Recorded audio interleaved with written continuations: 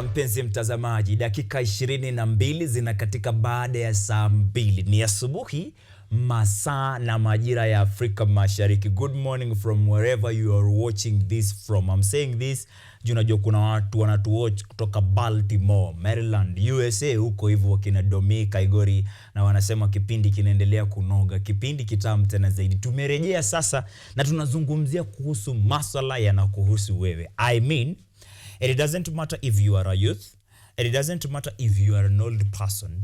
What we are about to talk about from this copy of Live or Die, Eat or Get Eaten as a mastery is what they called the plan, is what they called a manifesto of how life is lived. Yani, kuna watu wa kueat na kuna watu wa kudishi.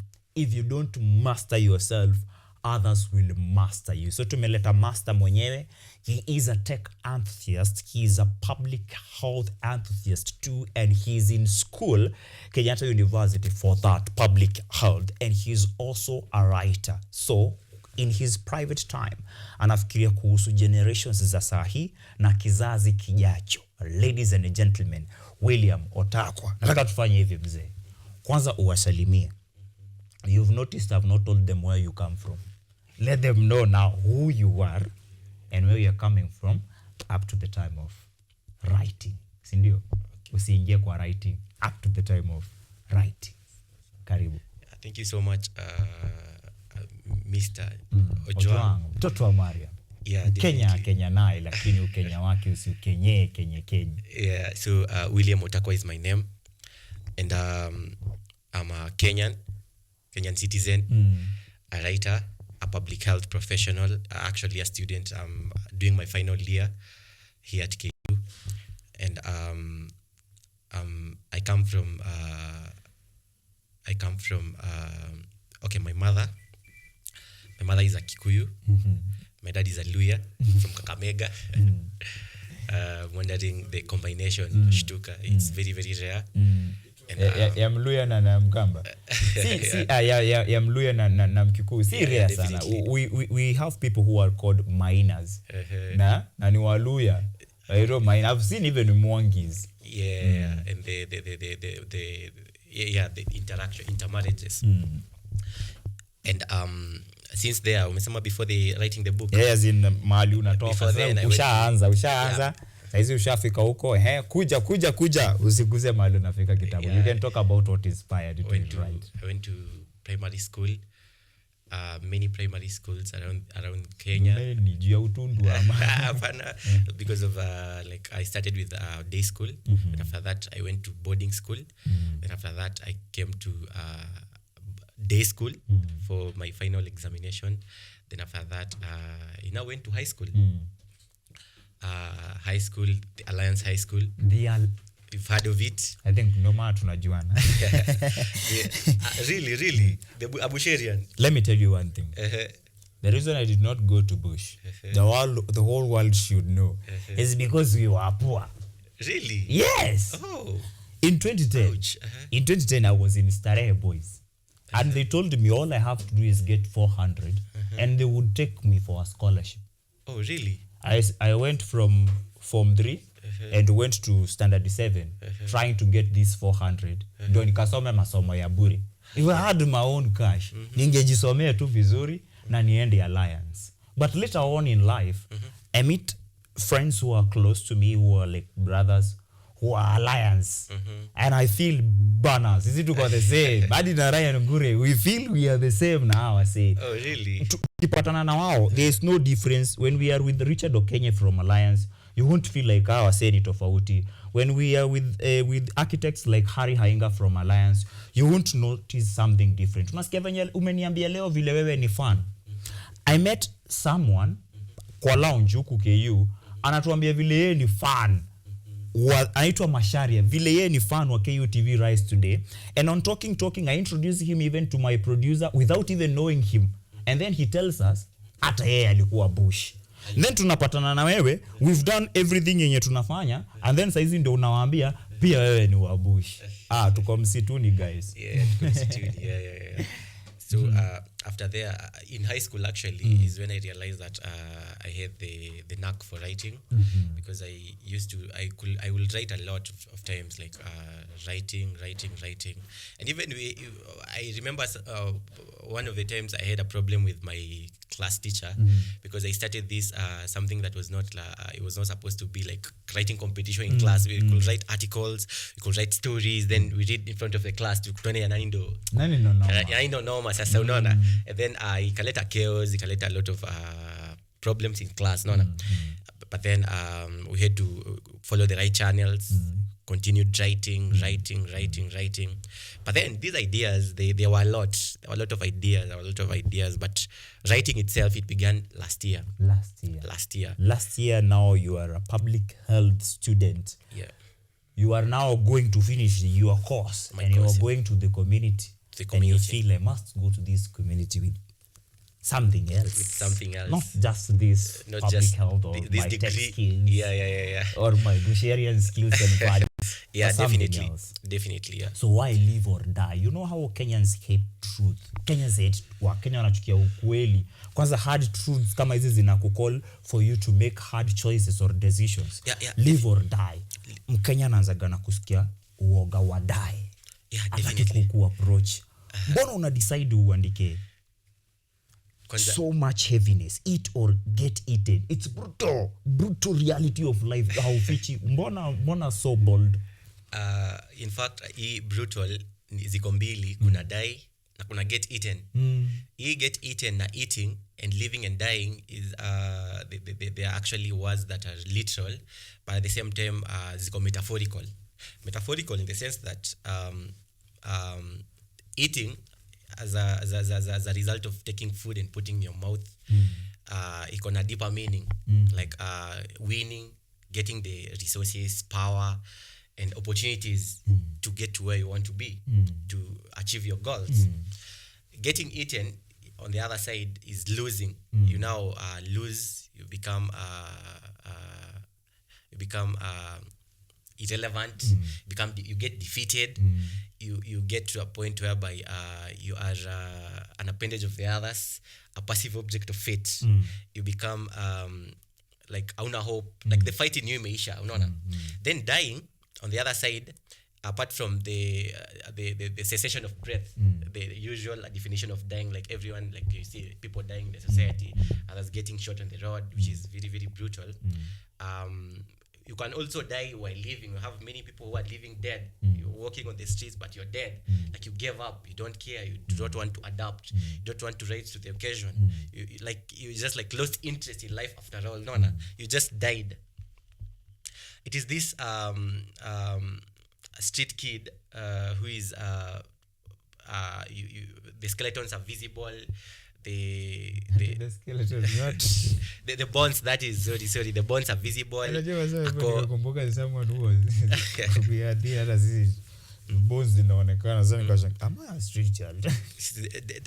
Okay, like they're underfed, they're undergoing like a lot of struggle, so they just like gave up completely. The other day I was walking on Nairobi streets, like the Nairobi CBD, and there was this kid who was walking.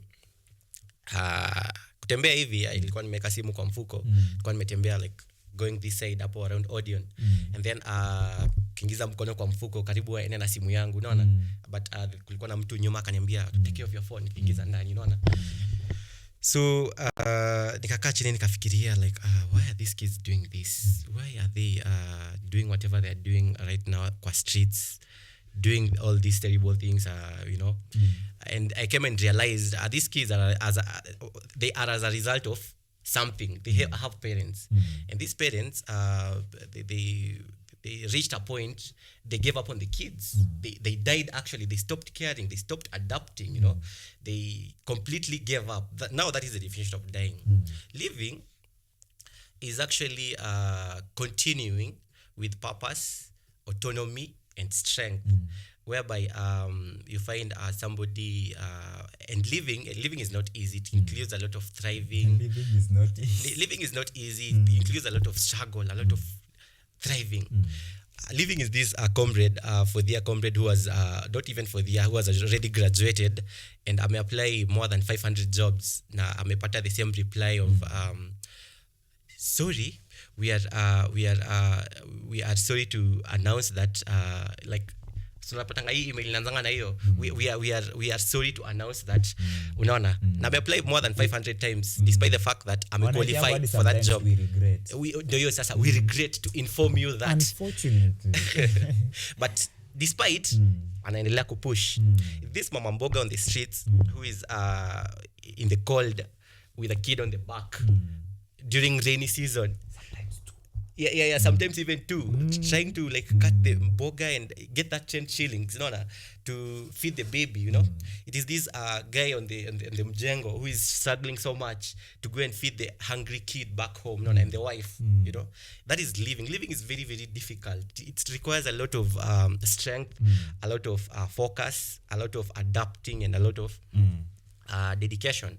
So live or die, eat or get eaten. It is not just literal. The words they have a metaphorical sensation whereby you have to dig deep and find out the real meaning. And then the brutality comes in, whereby in our society, most of the things that happen around, you see pandemics killing millions of people, you see wars, people dying.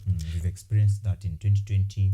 The pandemic killing people all over the world. Definitely. Around 2021, 2022, we've experienced the Russia-Ukraine war for the very first time. For those people who read about world wars, we saw that. Definitely. Saizi we are seeing the Gaza war, the Syrian war, Israel, sijui amefanya hadi Qatar. We are experiencing all these things. And people are dying. Apart from that, we have the psychological brutality, whereby you find somebody is schizophrenic, depressed, they have anxiety, they have fear. You just find somebody walking delusional, like fighting wars that don't exist. An author once say that somewhere in one of the many books I've read, and I say, your mind, it can destroy you faster than any external enemy, So like these things, they also exist, the brutality, Apart from that, the literally writers, they wrote down like Thobbs in his book, the Leviathan, actually chapter 13, anaongelea kuhusu, he described life as solitary, brutish, nasty, short, and poor, As if that is not enough, the 2013 report of Oxfam, he says that top 1% of the rich people have more wealth than the bottom 95% of the entire world's population combined. Bottom 95% of the entire world, the world's population combined. Meanwhile, according to the United Nations, 820 million people, or even more, they still suffer chronic hunger. And as if that is not enough, that chronic is not hunger. Just chronic for hunger. Those who are not getting it, chronic hunger means today you are experiencing hunger. Tomorrow you wake up, you think it will be better. You experience gets hunger. Worse. The other day you will eat, but the other day you will experience, it becomes ni kama homa. And that is not just an oversight. That is approximately 1 in 10 people locked out of basic survival, So that is inequality. They exist everywhere. And as a result of these brutalities, we are seeing competition in our society. People competing for resources that are scarce, People competing for opportunities, people competing for power everywhere. And this competition, it has become so brutal to the extent that we are experiencing what we call the hierarchy. It has always been there, though, the hierarchy of dominance, whereby when you place a specific number of people or even animals in a specific area or a specific location, you realize that there are those who are the leaders, influencers, those who are fast or even strong or even aware enough to amass enough resources, opportunities, And then you have the majority of the people in between, the followers, And then you have those at the bottom, like struggling for scraps, and it is very, very evident in our society. Yeah. You'll realize this hierarchy, So as a result of competition, now everyone is forced to know their place. Wewe jua place yako, unaona? So that is why ukikutana na big person, like for example the president akikuza maybe in a specific area, people are struggling to go and see the president, or even BN akikuja ku perform somewhere, people are struggling to go and greet, So this means that this competition imeleta that hierarchy. And your hierarchy of dominance, it brings people in their place. And most people, they're not really happy with where they are. Most people are not happy with where they are. For example, you're struggling, you want to move from one level to another, but then the conditions, high taxation, the inflation rate is high, it does not allow you. This, for example, this typical farmer in Migori who farms rice, competing with the imported rice from these rich countries. Now tell me that person, despite having worked very hard, extremely hard, is still competing now. Most likely the rice inaweza kosa kumake kwa market, anaweza kosa despite the fact that I'm working very hard. Unfair and unfavorable competition. Definitely, that is the brutality you're talking about. So it is very, very brutal. So writing the book is not as kuambia wase that there's no hope. Kuna hope, but I just want to inform people that it is brutal. It's brutal. So after knowing it's brutal, what do you do? Then within the book, there are techniques. There are after sitting down and doing a lot of research, doing a lot of observation, partnering with people, and attending conferences and all that, I came up and realized that there is something constant, techniques people have been doing, to move from where they are, the hierarchy of dominance, to somewhere they want to be, and such techniques, you talk of them as self-discipline and mastery. We'll talk about them. So that is the brutality I'm talking about. I'm happy. I'm happy. Yeah. Some of the readers and some of the people who have interacted with this book, Live or Die, Eat or Get Eaten, the brutal reality of life, are saying that the world is not kind and life is not fair. You either master yourself or you are mastered by others. Survival is not given, it is earned. Pia unavyojisomea utuambie utasema nini. Mwingine anasema every word from this book is a confrontation with comfort, with fear, with yourself, with everything inakupeaga insecurities in life. You tell me that this book has no, I would say, specific audience. And I'm used to a world where we have PG-13, PG-18, parental guidance here and there. But this, which is a manifesto, a book which is a manifesto for those who refuse to be prey, unasema ni ya kila mtu. Walk us through how this book is important to all of us. It's important to all of us because, like I've said, we realize that life is brutal. Competition exists. The resources are scarce. Because with the according to the Darwinian theorem, we realize that resources are scarce. The competition is stiff, despite the fact that the society You must survive. Despite the fact that the society wrapped itself in the language of cooperation, you talk of equality, you talk of opportunities. When wrapped bare, all that remains is competition.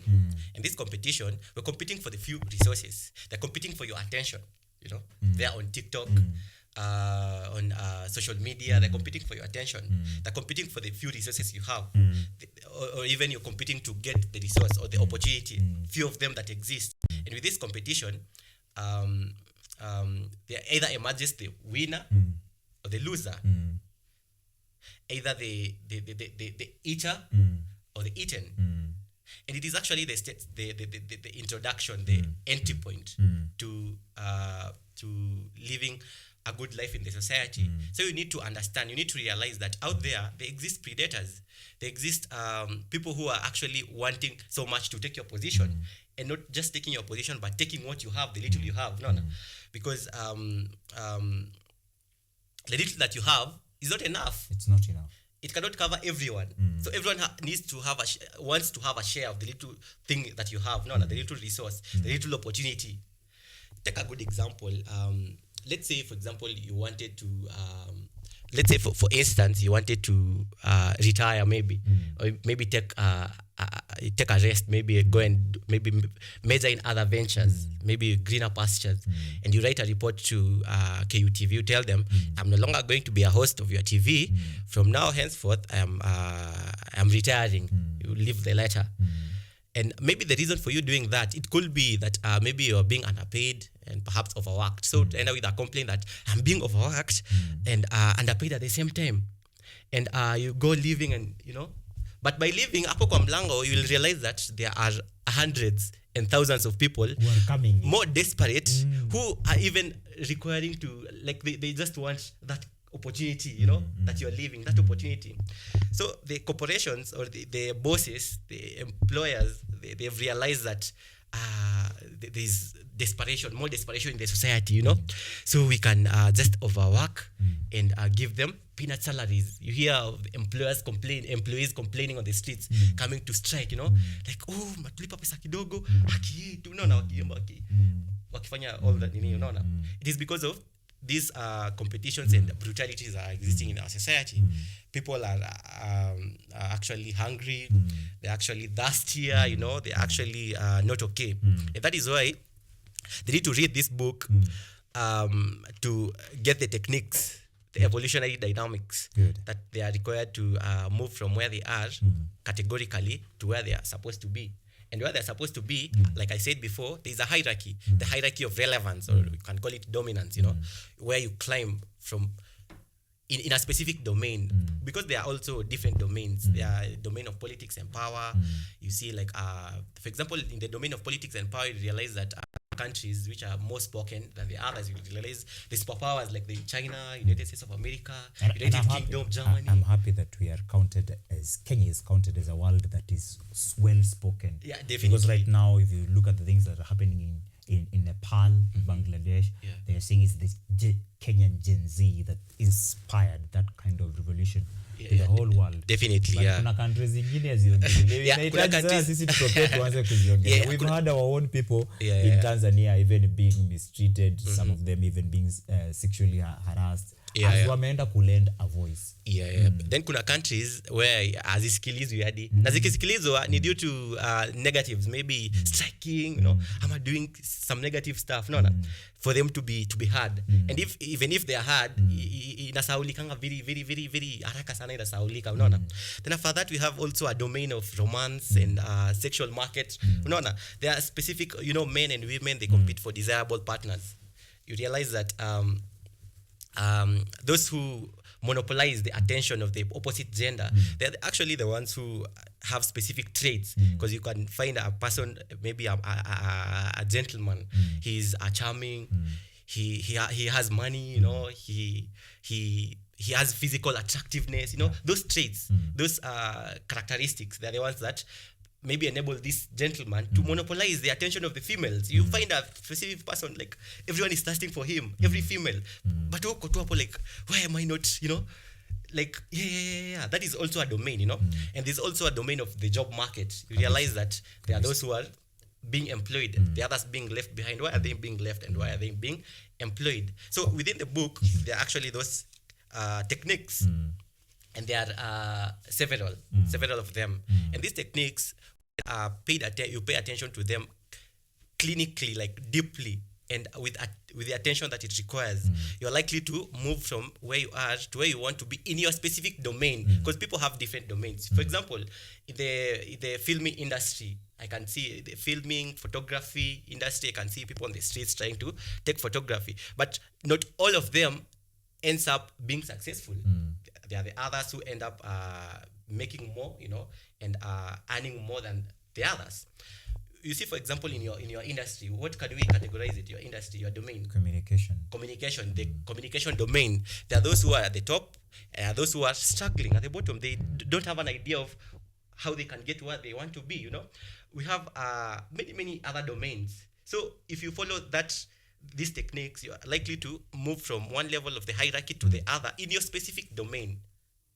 a good example is the domain of education. You can realize that when I mentioned the Alliance High School thing, you are very psyched up. Sema Mangu High School ama ilikuwa? Mimi ni wa Kerugoya boys. Kerugoya, Mangu. And other people in the society are talking of these big schools like the MIT, Harvard, Oxford, you know. But then it doesn't mean that they are the only schools that are there. We have other schools, many other schools, of which perhaps you might not have heard of them. But why is it that you haven't heard of them? And that is why a specific person Domain. alikashini akasema that there are 20% of the work that is being done in a specific domain. Okay, 80% of the work that is being done in a specific domain is actually accomplished by 20% of the people. And that is why even in the music industry as a domain itself, you will hear that kuna watu wanasikilizonga tu, kuna musicians tu wanaimbaga tu. Ukikuja ukimention BN, you know, na Calligraph Jones, you know, ukikuja umention like kuna specific a few individuals wenye kila mtu anawasikiliza. But ukikuja ukiangalia other musicians, they're still struggling. They're still trying, yes. Lakini still hawasikilizwi sana, unaona? It is also a domain in itself, by the way. Domain. Yeah, domain. The value of 80-20 principle. Yeah. And using it to help you identify your domain. Na kukaa hapo mzee. Time inaenda mbio. And yet bado tuko na magazeti hapa hivi that Blue Smile Hassan, who is a communications expert, he's also a political enthusiast. And we have Bob Odhiambo ambaye ni political enthusiast and a teacher, a chairman SOKU, wako on the other side. I want us to talk about accessibility of the book, the publishing process of the book. Juu hii book, I understand, mtu akataka kuna website for this particular book. Let's address that. Na mahali mtu anaweza pata this book. Okay, starting with the publishing, first of all, for this book to be the way it is, you have to write it. After writing, you review. After reviewing, you apply for the ISBN International Standard Book Number, whereby without this, your book is not recognized. It is just like a private work. Then after that, you acquire the copyright. Copyright is it enables you to control how your work is maybe distributed, maybe copying ama kitu kama hiyo, unaona?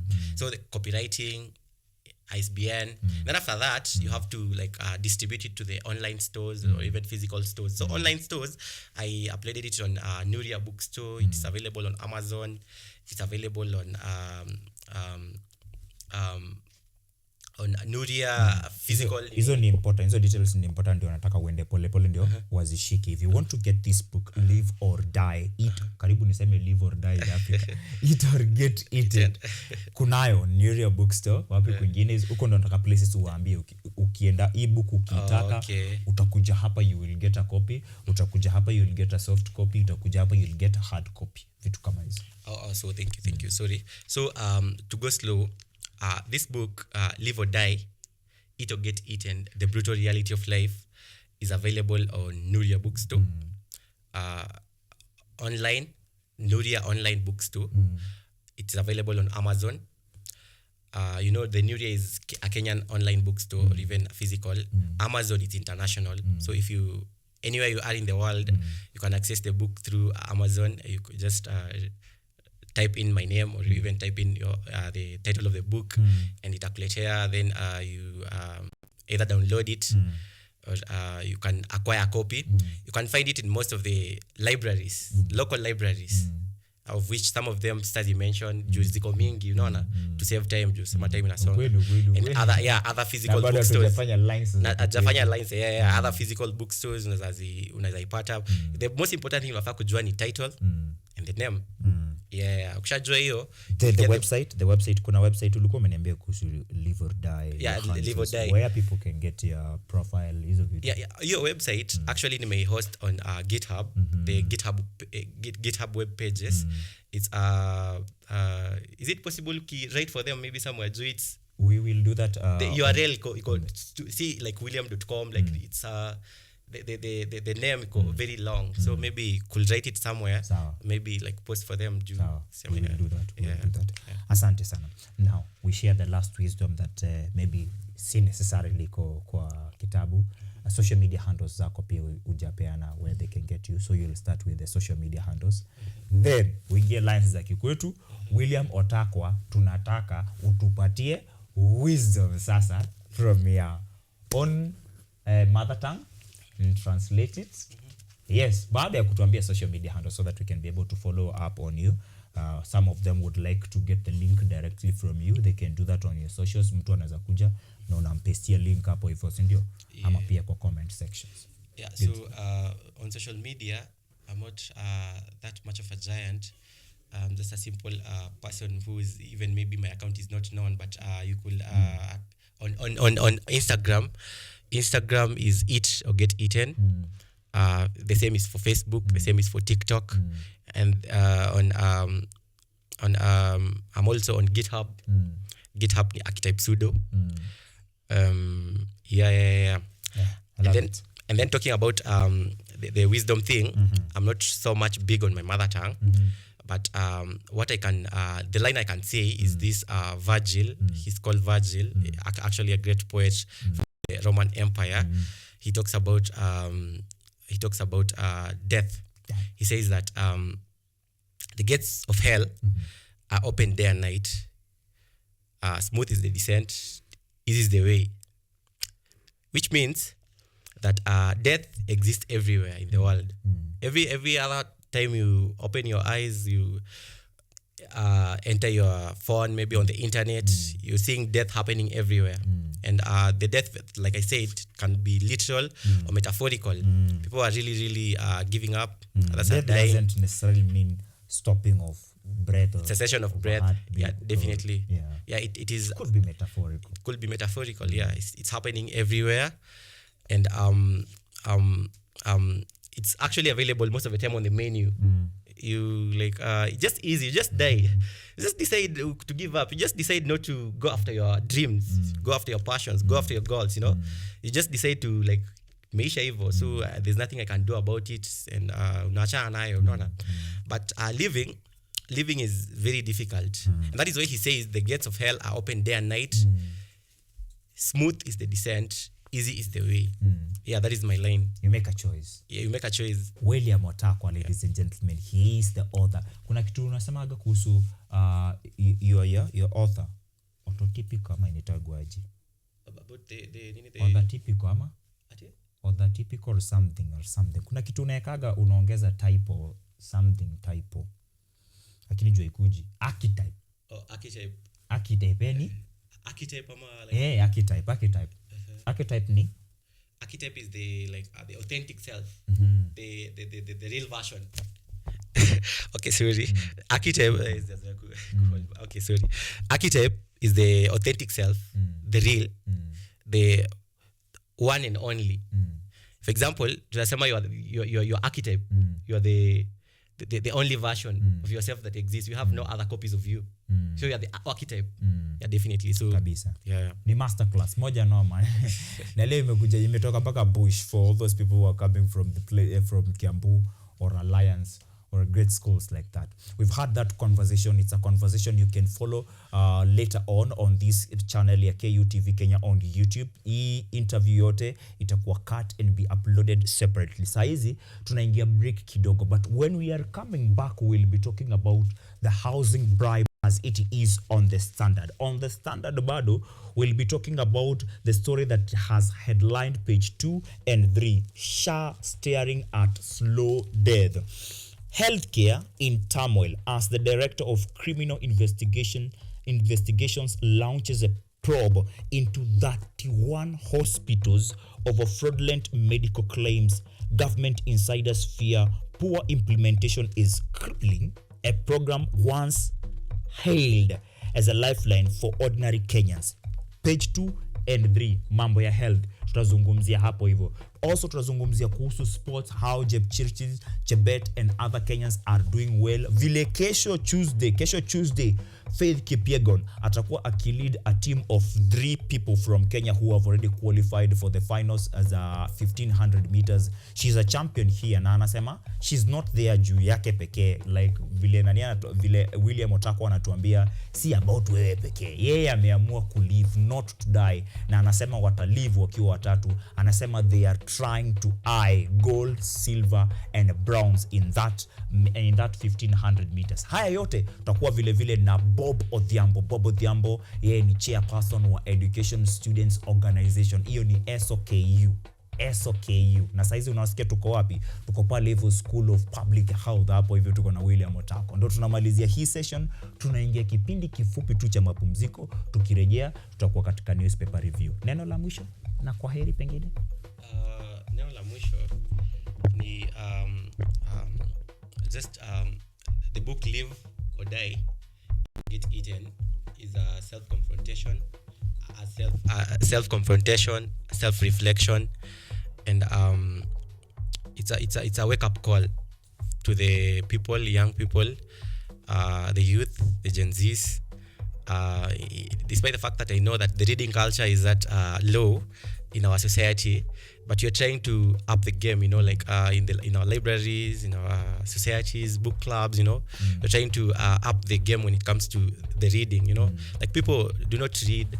Then the next time you hear somebody fell on the bridge, Juja Bridge, akaanguka chini, commit suicide.